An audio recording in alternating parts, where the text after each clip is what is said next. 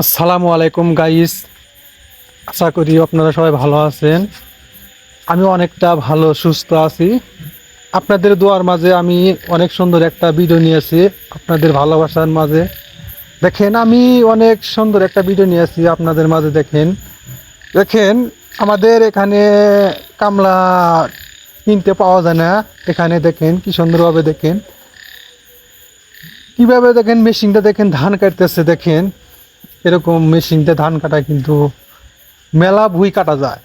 প্রতিদিন ভুঁই কাটা যায়, নিচে 30 বিঘা ভুঁই কাটা যায় এই মেশিন দিয়ে কেটে কিন্তু পড়তেও আছে। দেখেন কি সুন্দরভাবে দেখেন মেশিন দিয়ে কেটে দেখেন কিভাবে দেখেন ধান কিন্তু একটা বক্সের ভিতরে পুরো হইতেছে। সেই বক্সের ভিতরে পুরো হইতেছে, সেখান দিয়ে দেখেন ধান উইরা কিন্তু বাড়াইতেছে। দেখেন কিভাবে দেখেন ধানটা উইরা দেখেন ওই বক্সের ভিতরে আছে। দেখেন এই মেশিনটা ধান কাটা কিন্তু অসাধারণভাবে ধান কাটা যায়। দেখেন তবে মেশিনটা কিনছে অনেক টাকা মেশিন, কিন্তু চাইনা করে মাথায় এত সুন্দর বুদ্ধি।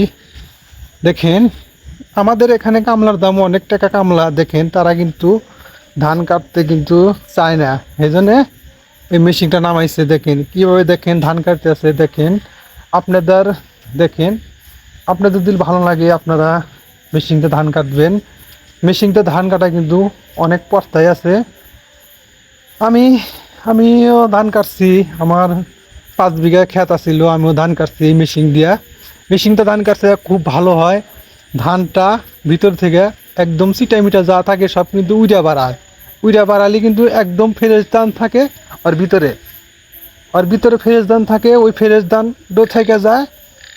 তারপরে ওই ধানটা যেমন বক্সের ভিতরে পুরো হওয়া যায়, সে সময় দেখেন ওই ধানটা নিয়ে ওই ক্ষেতের মাঝখানে এক জায়গায় লেট পাইরা ওই লেটের সামনে সব ধান ঢেলা দেয় কিন্তু আবার কিন্তু আর এক খেতে যায় কিন্তু আবার ওই ধানটা কাটে।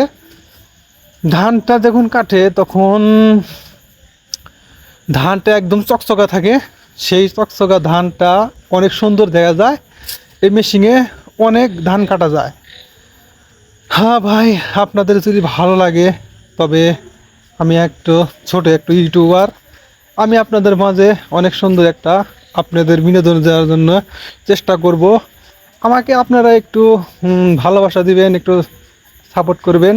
আপনাদের মাঝে আমি ছোট একটা ইউটিউবার নিয়ে আমি কাজ করি। আপনারা আমাকে ভালোবাসা দিবেন, আমি আপনাকেও ভালোবাসা দিব। আপনারা দেখেন কিভাবে দেখেন ধান শুয়ে পড়ে গেছে। দেখেন। আসসালামু আলাইকুম, আশা করি ভালো থাকবেন।